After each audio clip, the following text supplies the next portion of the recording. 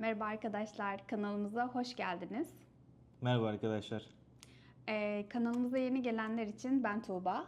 Ben de Serhat. 10 yıldır Dubai'de yaşıyoruz ve Dubai ile ilgili size bilgiler vermeye çalışıyoruz. Ayrıca günlük yaşantımızdan da videolar çekmeye çalışıyoruz. Bugünkü konumuz ise bizim Dubai'deki şirket kurulumumuz. Yaklaşık 4 ay önce mi? 6 oldu. Oldu mu? Oldu tabii ki. Nisan'da Nisan kurduk. ayında şirketimizi Dubai'de kurduk.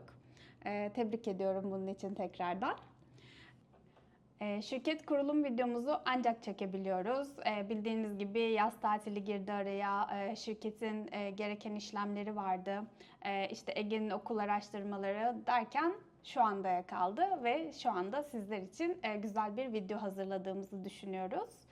Şimdi videoda şöyle olacak. Ben şirket kurulumuyla ya da Serhat'ın işiyle dair hiçbir şey bilmiyormuşum gibi davranacağım ve sorular soracağım. O zaman ilk sorumuzla başlayalım. Şirket kurma kararını nasıl aldın? Yani 10 yıldır zaten Dubai'deyiz eşimle birlikte. Ben de turizm tecrübem 20 yılı geçti. Farklı farklı pozisyonlarda görev aldıktan sonra artık kendi işimizi kuralım, kendi işimizin başına geçelim dedik. Ve şirket kurma kararımızı verdik. Peki bu şirketi tek başına mı kurdun? Ortakların var mı? Benim 2 ortağım daha var. 2 ortağım da lokal kendileri. Onlara Emirati deniyor. Dubai Turizm Bakanlığı'nda çalışıyorlar. Yani işin içerisindeler. Her türlü konuda da destek oluyorlar sağ olsunlar. Buradan onlara da tekrar teşekkür ediyorum. Ama şurada yani bu konuda bir açıklık getirmek istiyorum. Normalde Dubai'de şirket kurarken aslında Emirati ya da buranın yerli olan birisinin de şirkete ortak olması gerekiyordu. Ama şu anda böyle bir zorunluluk yok. Evet, 2 yıl önce bu zorunluluğu kaldırdılar. Artık şirket kurmak istiyorsanız kendi şirketinizi %100 size ait olacak şekilde kurabiliyorsunuz. Serhat'ın ortak almasının sebebinin nedenleri Onlar bu ben değildi. Bu değildi benim ortağımın olmasının sebebi. Onların da turizmci olması. 10 yıldır buraya geldiğimden beri benim arkadaşım olmaları ve birlikte artık bir işe girmeyi kararını ortak vermiş olmamız. Evet. Peki şirketinizde şu an kaç kişi çalışıyor? Yani şirketimizde şu an ben ortaklarım birlikte Dubai'de olacak şekilde 5 kişiyiz. Bir 5 kişi de Hindistan'da bir ekibimiz var. Arka ofis dediğimiz back office desteğini bize veren. Toplamda şu an 10 kişiyiz. Tuğba'yı saymıyorum maaşlı çalışanımız olmadığı için ama 10 artı 5 diyelim. Tuğba 5 insan gücünde bize destek verdiği için sağ olsun. Teşekkür ediyorum. Peki şirket bünyesinde hangi işleri yapıyorsunuz? Yani turizm aklınıza geldiğinde her şeyi, dahil olan her şeyi yapıyoruz. Vize işlemlerinizi yapıyoruz, uçak biletlerinizi, otel konaklamanızı, bütün turlarınızı, rezervasyonlarınızı, yani sizin aklınıza gelen ne varsa Dubai'de, Birleşik Arap Emirlikleri'nde, sadece Dubai'de değil, başka emirliklerimiz de var tabii ki. Abu Dhabi, Şarjah, Fujairah, Ras Al Khaimah, Ajman gibi. Bütün emirliklerde ne ihtiyacınız varsa hepsini karşılayabiliyoruz. Peki şirket kurarken aslında hangi pazara yönelik bu şirketi kurduk? Hangi pazara hitap ediyoruz biz daha çok? Bizim aslında şirket olarak çalışma prosesimiz B2B, yani business to business dediğimiz şirketlere yönelik bir çalışma yapıyoruz biz. Bizim Rus pazarında özellikle tur operatörü partnerlerimiz var. Yani biz direkt müşteriyle birebir çalışmıyoruz. Biz tur operatörleri çalışıyoruz ve tur operatörlerinden gelen rezervasyonlara göre işimizi devam ettiriyoruz. Rusya'dan tur operatörü partnerimiz var. Türkiye'den birkaç tane partnerimiz var. Eski dostlarımız sağ olsunlar. Hollanda'dan var, İsviçre'den var ve Macaristan'dan var. Şu an biz B2B olarak şirketimizi kurduk. Ama biz bu şirketi kurma kararını verdiğimiz süreçte ve yaz ayı boyunca çektiğimiz videolara gelen talepler o kadar çok oldu ki çok teşekkür ediyoruz buradan Evet, size. çok teşekkürler. Bir de B2C, yani direkt müşteriye, tabii sadece Türk pazarıyla Türkiye'ye, Türk vatandaşlarına kısıtlı olacak şekilde direkt müşteriye de destek olalım, yardımcı olalım kararı verdik. O yüzden bu videoyu da bir nevi o yüzden çekiyorum. En çok sorulan sorulardan birisi de aslında tur paketlerimizin olup olmadığı. Bizim kendi bünyemiz içerisinde tur paketi yapıyor muyuz? Şimdi az önce de bahsettiğim konudan dolayı biz çok böyle tur operatörü partnerlerimizle rakip çıkacak şekilde paketlerle işte 399 dolara gel vatandaş gibi bir işe girmiyoruz. Biz daha çok sizi müşteri değil, misafir, bir arkadaşımız, bir tanıdığımız geliyor gibi değerlendirerek size en iyi şekilde yardımcı olmaya çalışıyoruz. Bizim öncelikli amacımız bu. E, Bu sebepten dolayı öyle 399 dolar, 499 dolar paketlere girmek gibi bir niyetimiz yok. Çünkü o paketlere girersek bu sefer misafir ilişkisinden daha çok müşteri ilişkisine döndüğü için ve o paketlerin insanları hayal kırıklığına uğratma ihtimali de olduğu için biz bunu istemiyoruz. Biz size burada gelin, ağırlayalım, yardımcı olalım, destek olalım, tatilinizi en iyi şekilde geçirin. Dönünce de YouTube'a, Google'a bize güzel bir yorum yazın. Bizim amacımız bu. Ama biz en son konuştuğumuza göre promosyon paketlerimiz olacak Evet, değil mi? o farklı bir konu. Mesela arkadaşlar özel şeyler olacak burada Birleşik Arap Emirlikleri'nde. Mesela Ocak'ta bir Coldplay konseri var. Bunun gibi konser olur, özel etkinlik olur. İlla ki ya gelin buna, bu dönem güzel, şu an gelin diyeceğimiz zamanlar olur. O zamanlar için ayrı özel paketler çıkarabiliriz. Ama yine dediğim gibi çok kısıtlı, sınırlı sayıda. İşte maksimum 10 kişi, 5 kişi, hani taş çatlasın 20 kişi. Çok böyle bir paket aldık gidiyoruz, çoktan para kazanılsın mentalitesi değil de insanlar mutlu mesut bir şekilde gelsin, gezsin, eğlensin ama verdikleri paranın da en maksimumda faydasını görürsün. Bizim bütün amacımız bu. Peki YouTube'dan gelen misafirlerimiz bize nasıl ulaşacaklar? Şimdi zaten şuraya web sitemizi koyuyoruz. Web sitemizde bizim bütün hizmetlerimizi inceleyebilirsiniz.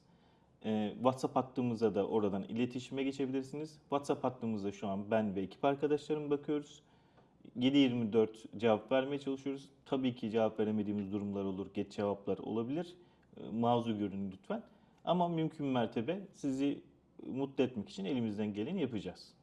Evet, web sitesinde zaten WhatsApp linki orada olacak. Tıkladığınız anda zaten direkt Serhat'a ya da ekip elemanlarına yönlendiriyor olacağız. Bu arada web sitesinin her şeyini ben yaptım. Burada da Teşekkür söylemek ederim. istiyorum. Onun için aslında Serhat beni bir ekip elemanı olarak görüyor. Görüyorum, evet. Web sitesinde incelersiniz, bir sıkıntı, bir sorun olursa da bize iletirseniz seviniriz ayrıyetten. Şimdi misafirlerimiz web sitesine gitti, WhatsApp'tan bize yazıyorlar. Şimdi bizim onlardan beklentimiz ne? Bize hangi bilgileri sağlamalılar ve ondan sonra bizim tarafımızdan süreci biz nasıl götürüyoruz? Şimdi bizim bu videoyu çekmekteki amacımız bir yerde samimi bir şekilde size yardımcı olmak. Bizim size yardımcı olabilmemiz için sizin de bize samimi bir şekilde gerekli bilgileri iletmeniz gerekiyor. Bunlar neler mesela? Öncelikle bir kesin tarih varsa o kesin tarih ya da o kesin bir tarih yoksa en azından bir tarih aralığı. Kaç kişi olduğunuz, çocuk var mı, çocuk varsa kaç yaşında, pasaportunuz ne renk? Çünkü yeşil pasaportlu vatandaşlarımıza ve gri pasaportlu vatandaşlarımıza vize gerekmiyor. Sadece bordo pasaportta gerekiyor. Ve mümkünse bir bütçe aralığı. Bütçe aralığını sormamdaki sebep de bizim dediğim gibi tur operatörlerine hizmet verdiğimiz için 100'den fazla otelle bizim özel anlaşmamız var. Siz bana bütçe aralığınızı verirseniz ben size gerçekten o bütçeye denk gelecek en kaliteli oteli vereceğime söz veriyorum buradan. Size uygun olacak şekilde sizin kriterlerinizi işte plajlı mı olsun, olmasın mı, şehirde mi olsun, metroya yakın mı olsun, Burj Khalifa'ya mı yakın olsun böyle bana birkaç kriter verirseniz sizin için en iyi oteli size veririz. Şimdi bu bilgileri bize verince biz bu bilgileri alıyoruz. Hemen ben proses ediyorum. Diyorum ki bütçeleri bu, tarihleri bu, şu otel uygundur. Hemen uçak bileti fiyatımızı çıkaralım. İndirimli vize ücretimiz bu. Safari, Burj Khalifa, tur ücretlerimiz bunlar. Buyurun seçin, istediğiniz hizmetleri size verelim. Sizin de verdiğiniz onayı istinaden mesela vize için ne istiyoruz? Bir pasaport ve fotoğraf. Çocuğunuzla geliyorsanız bir E-Devlet'ten alınan nüfus kayıt örneği ekstradan. Çünkü o çocuğun sizin çocuğunuz olduğunu kanıtlamak için bir belgeye ihtiyaç var. Bu da nüfus kayıt örneği. Vize, fotoğraf, nüfus kayıt örneği gönderiyorsunuz. Eşiniz, çocuğunuz var diye örnek veriyorum mesela. Bana iletiyorsunuz ödemeyle birlikte. Akabinde başvurumuzu yapıyoruz. En geç 24 saat içerisinde vizeniz elinizde oluyor. Aynı şekilde otel ödemesini yapıyorsunuz. Şimdi biz özel fiyat alıyoruz. Özel fiyat alıyorsak otelde diyor ki ben sana özel fiyat veriyorum. Bana ödemesini önden yapacaksın. Bu çok normal ticarette doğal bir şey. Biz de otel önden ödemeyi yapacağımız için diyoruz ki vizeyi önden yapıyoruz, zaten devlete biz ödüyoruz vize ücretini. Vize, otel, uçak önden ödeniyor. Bu yüzden biz sizden önden talep ediyoruz bu ücretleri. Turlarınızda isterseniz geldiğinizde seçersiniz ve ödersiniz. İsterseniz önden seçersiniz, ödersiniz. Tamamen size kalmış bir şey. Çünkü çok büyük bir operasyon ekibimiz var freelance olarak, part-time olarak bizimle çalışan. Yani ben ekibimden saymıyorum, ben tam maaşlı insanları seviyorum ama arka planda büyük bir operasyon ekibimiz var.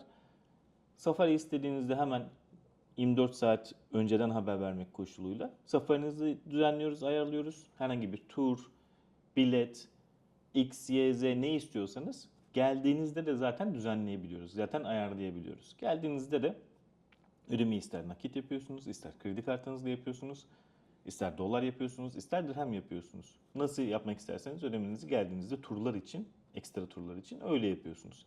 Biz size zorla böyle bir paket yaptık, bu paketin içinde şu turlar var, illa onu almak zorundasınız gibi bir şey yapmıyoruz. Bizim önden ödemesini almamız gereken şeyler sadece otel, vize ve uçak bileti. Bu kadar. Yani aslında kişiye özel tur planı yapıyoruz. Siz Aynen öyle. tamamen hangi gün nasıl bir tur yapmak istediğinize siz karar veriyorsunuz.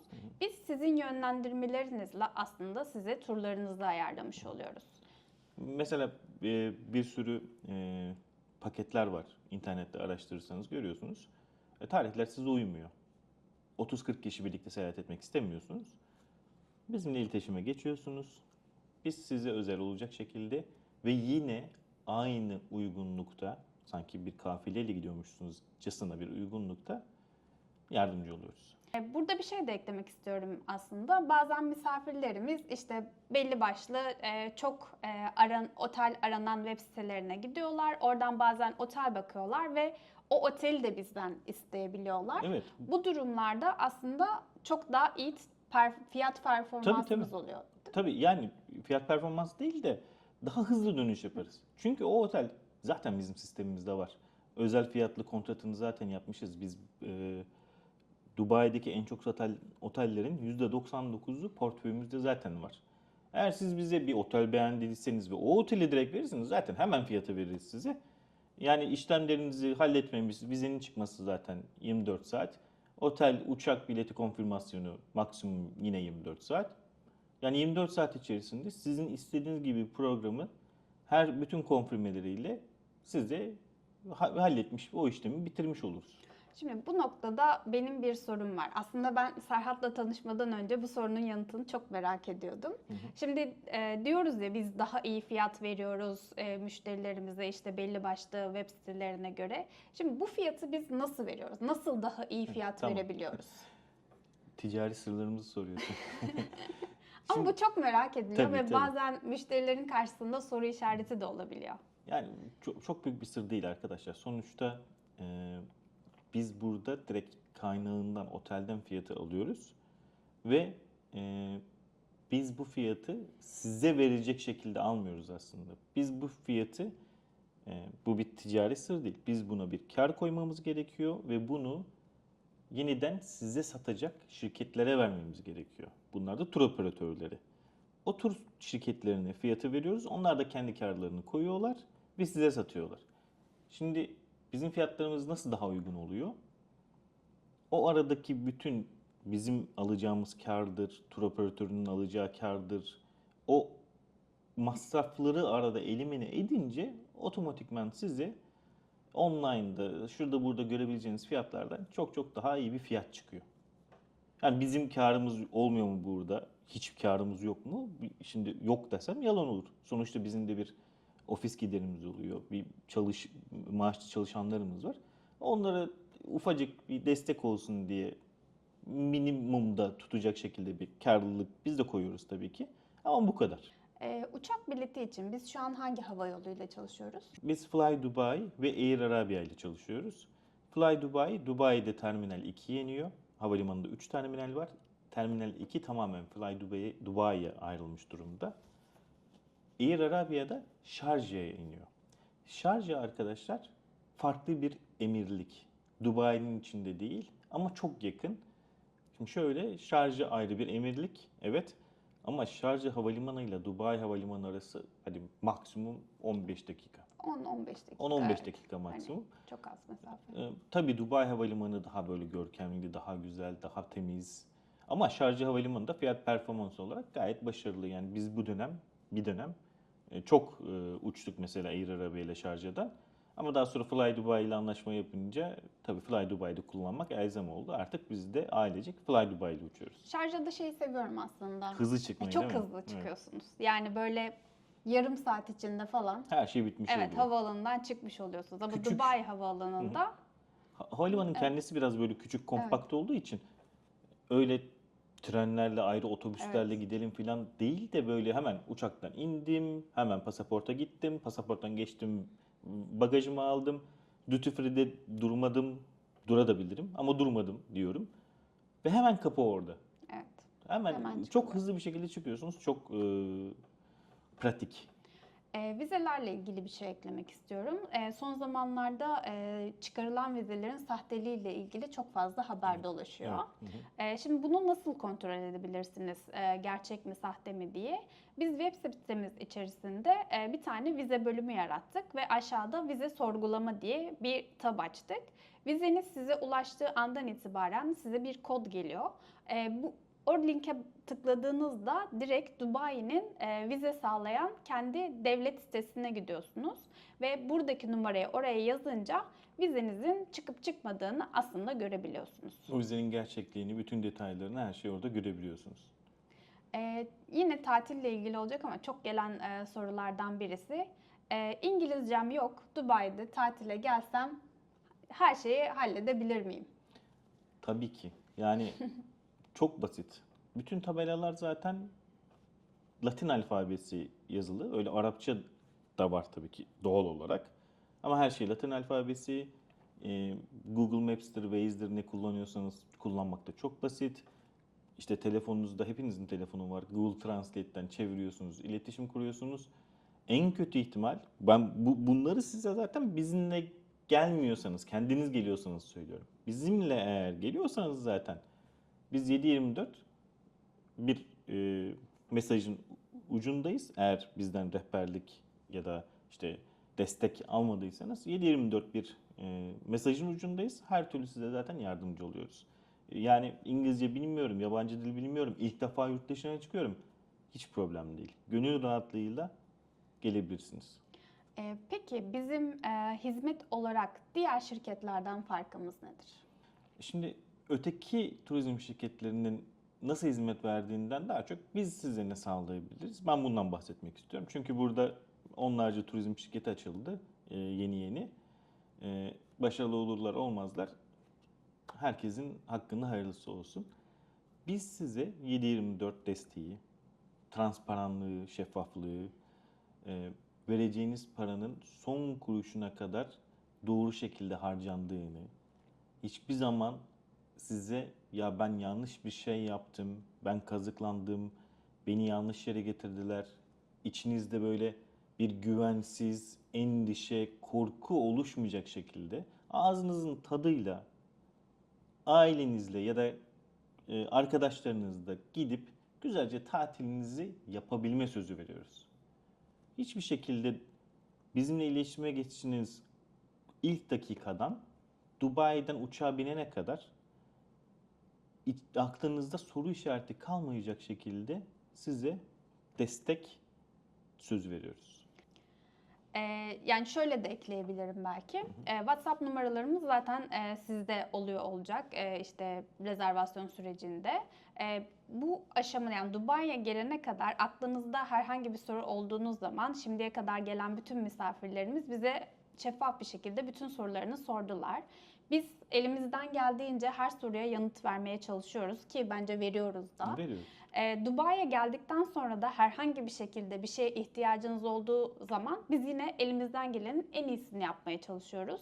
Hem sorularınıza cevap veriyoruz hem de bazı bilgilere ihtiyacınız olduğu durumlarda size bunları da sağlıyoruz. Geçen Mesela, gün Dubai evet. çikolatası değil mi? Evet. Mesela işte biliyorsunuzdur belki şu anda dünya Dubai çikolatası diye yıkılıyor ve bunun bir çıkış noktası var. Ama şu anda Dubai'ye geldiğinizde her yerde Dubai çikolatası da görüyorsunuz. Ama gerçek Dubai çikolatasının bir yeri var. Biz bunu biliyoruz ve size bunu açıklıyoruz. Ya da başka bir örnek verecek olursak mesela bir misafirimizin çocuğu hastalanmıştı. Evet. Yani şimdi böyle çok yaptığımız iyiliği söylemek de hoşuma giden bir nokta değil. Sadece e, burada sizin nasıl destek olabiliriz ona bir örnek olsun diye söylüyorum. E, Gelirken yolda uçağa binmeden ufaklık ateşlenmiş 3 yaşında. E, tabii yanlarına ilaç almışlar ama tam hazırlıklı değiller. Tabii biz hemen burada bizim 10 yıldır burada olmanın faydası bir sürü doktor arkadaşımız var. Onlarla iletişime geçtik. Semptomlarını bildirdik. Bir reçete gibi bir karışım yapıldı. Çünkü bazı ilaçlar da Türkiye'de bir ilaç mesela burada 2 ilaç oluyor. 2 ilacı birleştirerek o ilacın etkisi sağlanıyor vesaire neyse. Hemen eczaneden siparişini verdik. Evlerine kadar, otellerine kadar teslim ettirdik. Ve şükür gece geçte 4 gibi falan inmişlerdi uçakları. 6 gibi otele vardılar. Sabah 10'a ufaklığın hiçbir şeyi kalmadı. Rahat rahat turlarına çıktılar. Biz de bir oh dedik yani. Evet. Ya da şöyle şeyler de olabiliyor. Mesela misafirlerimiz bize belli bir aralık veriyor. Ama o aralıkta işte fuarlar denk gelebiliyor mesela. Fiyat aralıkları çok yüksek oluyor. Onların bütçeleri de olmuyor. Biz de açıkçası fiyat verirken zorlanıyoruz. Hani zorlanmıyoruz da benim içim acıyor yani. Aynı otel, aynı hizmet, aynı servisi alacaksınız. Ama 3 gün önce geldiniz diye otelin fiyatı daha yüksek. Yani neden daha fazla ödeyesiniz ki? Ben diyorum ki açık açık söylüyorum bana yazan misafirlerimize. Mesela örnek yakın zamanda bir örnek. 14 Kasım'a kadar otel fiyatları yüksek. Çünkü hem fuar var hem okul tatilleri vesaire 14 Kasım'a kadar gerçekten otel fiyatları yüksek. Şu tatiliniz diyorum 14 itibariyle yapsanız. Çoğu misafirimiz de sağ olsunlar mantıklı buldular. 14'ünden itibaren rezervasyonlarını yaptılar. 14 Kasım'dan itibaren. Çünkü daha önce de söylediğim gibi siz bizim için müşteri değilsiniz. Siz bizim için bizim bu videomuzu izleyen ve sayılı insanlardan birisiniz. Yani bizim kanalımız inşallah belki 2-3 yıl sonra bu video İnşallah. izlendiğinde böyle yüz binler falan olmuş olur. Bu ümit tabii. Ama bizim videomuzu izleyen sayılı insanlardan birisiniz. Bırakın da size yardımcı olalım. Evet. Şimdi başka bir sorum. Biz sosyal medyada neden aktif değiliz? Şimdi sosyal medyada aktif olmamız için sosyal medya üzerinden satış yapıyor olmamız lazım. Şimdi bu videoda gördüğünüz gibi biz bir turizm kanalı açıp, şirket kanalı açıp oradan yayınlamıyoruz. Bu bizim bir şahsi kanalımız. Çünkü sosyal medya üzerinden biz satış yapma hedefinde değiliz. Benim videonun başında da bahsettiğim gibi, anlattığım gibi bizim müşteri kitlemiz tur operatörleri, şirketler. Direkt müşteri değil. O yüzden direkt müşteri olmadığı için sosyal medyada bir varlık göstermemizin amacı yok. Ben şunu da eklemek istiyorum. Yani Serhat'ın dediği gibi hani bizim bir sosyal medya üzerinden büyüme gibi çok bir amacımız yok ama belki bir gün o noktaya da tabii ki gelebiliriz. Bakarız artık yetişemiyoruz taleplere. Bir ekip, ciddi bir ekip kurulması gerekiyor siz dostlarımızın verdiği mesajlara. O zaman deriz ki ya bu artık bir şekilde bizim elimizden çıktı. bir ekip kurmamız gerekiyor. Ekibimizi kurarız. Sosyal medya üzerinden de daha çok insana yardımcı olabilmek için, ulaşmak için bir atılım yaparız. Ancak öyle olur. Ama şu an için düşünmüyoruz. Yani şunu aslında biraz da söylemek istiyorum. Şimdi diğer videomuz, onu da şuraya bir yere eklerim. Tatille ilgili bir videomuz çekmiştik. Aslında bu videoyu çekerken ki bizim amacımız yani işte birileri bize ulaşsın, satış yapalım gibi bir şey değil de Dubai'ye tatile geldiğinizde biz insanlara nasıl yardımcı olabiliriz'in çıkış noktasından sizin için bir video çekmiştik. Evet. Ama çok teşekkür ediyoruz ki herkese. Bu video sayesinde bize birçok ulaşan misafirimiz oldu. Şimdi YouTube'dan gelince ve sosyal medyada bir varlığımızı görmeyince insanlar birazcık şüpheli yaklaşmaya Evet. başladı. Instagram sayfanız Evet, var mı? neden vesaire? Instagram'ınız yok? Yok. Neden işte Google'da işte vesairede varlığınız yok gibi sorularla biraz şüphe duyulmaya başlandı ve bu beni rahatsız etti açıkçası. Ama işte bizim ihtiyacımız yok buna. Bizim hedefimiz bu değil. Biz Evet. size arkadaş bize yazın, biz size paket satalım, tur satalım, lütfen oteli bizden al. Bizim amacımız bu değil. Siz buraya gelmek istiyorsunuz, Dubai'ye. Tatil yapmak istiyorsunuz. Biz de size yardımcı olmak istiyoruz. Çok basit. Yani biz Siz hani bizim müşterimiz evet. değilsiniz. Pardon böldüm. Siz bizim müşterimiz değilsiniz, bizim misafirimizsiniz. Bu kadar basit. Aradaki fark bu. O yüzden sosyal medyayı kuralım. Sürekli reel kuralım. İşte bir tane hesap alalım böyle 150 bin kişilik. Oradan videolar atalım ama 50 tane like olsun falan. Yok. Yani böyle amaçlarımız yok bizim. Bizim amacımız mümkün mertebe sizi memnun etmek, mutlu etmek. Bunun karşılığında da bizim elimize geçecek şey sizin videolarımızın altına yapacağınız güzel yorumlarınız, beğeni tuşlarına basacağınız o güzel parmaklarınız ve edeceğiniz takip. Ve mümkünse tabii ki eşinize, dostunuza ya böyle bir YouTube kanalı var. Seyahat düşünüyorsanız, seyahat seviyorsanız, Dubai düşünüyorsanız seyredersiniz diye yapacağınız tavsiyeler. Biz daha fazlasını istemiyoruz. Zaten şu anda Instagram sayfamıza bakarsanız 93 tane falan Yani follower var. çünkü hedefimiz bu değil. Ya bir de aslında bununla ilgilenecek vaktimiz de yok şu anda. Tabii yani Hani şu an şirketi kurulumunu bitirdik, satışları başlattık. Allah'a şükür e, döndürüyor şirket kendisini. Biz de mümkün mertebe iş geliştirmeye odaklı bir şekilde çalışmalarımızı devam ettiriyoruz. Şimdi ben bir Instagram sayfası kurdum, oraya yüklendim, ekip yaptım. Yüzlerce talep geldi. Buna nasıl cevap vereceğim ben? Yani ya bir de yüzlerce talep geleceğinde garantisi de yok tabii ki. hadi tamam. Tabii ki onun da garantisi yok. Yani. Onun da garantisi yok. Ama hadi geldi diyelim zaten zor. Evet, buradan YouTube'dan gelsin bize. Zaten yani İki şöyle de bir gelsin, şey. üç Evet. gelsin, siz gelin. Biz sizinle de tanışalım. Hem vaktimiz olsun. Evet. Ya zaten birkaç kere de böyle yazanlar oldu.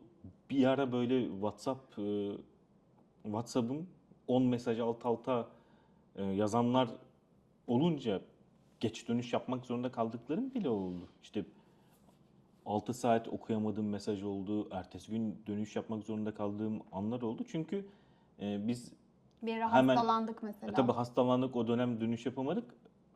Çünkü şöyle bir sistemimiz yok bizim. Siz bize yazacaksınız, biz hemen size fiyat vereceğiz. Buyurun bu. Bir, böyle bir şey yapmak istemiyoruz size karşı. Biz size özel, güzel, size uygun bir şey ortaya çıkartmak istiyoruz. Bunu ortaya çıkartmak için de öncelikle en azından bir yarım saat, bir saat sizin bütün isteklerinizi önümüze koyup bunu bir değerlendirmemiz lazım. Öyle yazmamız lazım. Böyle olunca da biz sizinle doya doya doğru bir şekilde ilgilenelim derken bu iş ticarete dönse öteki müşteriler uzun süre beklemek zorunda kalır. Ama biz öyle bir büyüme çabasında değiliz. Öyle bir büyüme isteğinde değiliz. Az olsun, öz olsun, gelin, buluşalım. İşte önceki videolarımızda Efe'lerde olduğu gibi birlikte bir yemek de yiyelim. Çocuklarımız varsa çocuklarımız, bizimki ufaklık şu an 2,5 yaşında. Sizin de varsa tanışsınlar, birlikte oynasınlar. Bu. Bizim amacımız bu. Peki son sorum ve can alıcı soruma geliyorum. YouTube misafirlerimize özel indirimimiz var mı? Tabii canım, şimdi indirim ne kelime yani. E, Dediğim gibi mümkün mertebe kar amaçlı bir şey olmadığı için bu desteğimiz, bu yardımımız. Otellerde zaten fiyat kıyaslaması yaptığınızda göreceksiniz indirimleri. Onun üzerine de bizim standart öteki şirketlere verdiğimiz safaridir, yat turudur, helikopterdir fiyatlarından da en az %5, %10, turuna göre %20 indirimler tabii ki olacak. Ben son olarak web sitesiyle ilgili bir şey eklemek istiyorum. Şimdi biz belli başlı turları yani işte safari turudur, helikopter turudur vesaire fiyatlarını ekledik oraya. Ayrıyeten bazı paket turları da koyduk ama bunlar sadece örnek olması açısından koyduk biz buraya. Renklensin. Aynen. Ve bazı bizim çok satan otellerimizde, gerçekten çok satan otellerimizde ve ne kadar fiyat indirim uygulayabileceğimizi de oraya ekledik. Ama bu demek değildir ki bizde başka işte turlar yok, başka şeyler yok. Bizde hepsi var. Sadece web sitesini çok böyle işte turlarla, Boğmak aktivitelerle boğmak istemedik. Sanırım anlatacaklarımız bu kadar. Benim de aklıma başka bir şey gelmiyor. Ama eğer ki eksik bıraktığınız noktalar varsa lütfen yorumlarında soru olarak bize sorabilirsiniz. Ben zaten şimdiye kadar cevaplamadığım soru kalmadı galiba. Bütün sorularınızı tek tek okuyorum ve cevaplıyorum. Buraya kadar izlediyseniz çok teşekkür ediyoruz. Lütfen söylediğimiz gibi beğenmeyi ve takip etmeyi unutmayınız. Çok teşekkürler. Görüşürüz.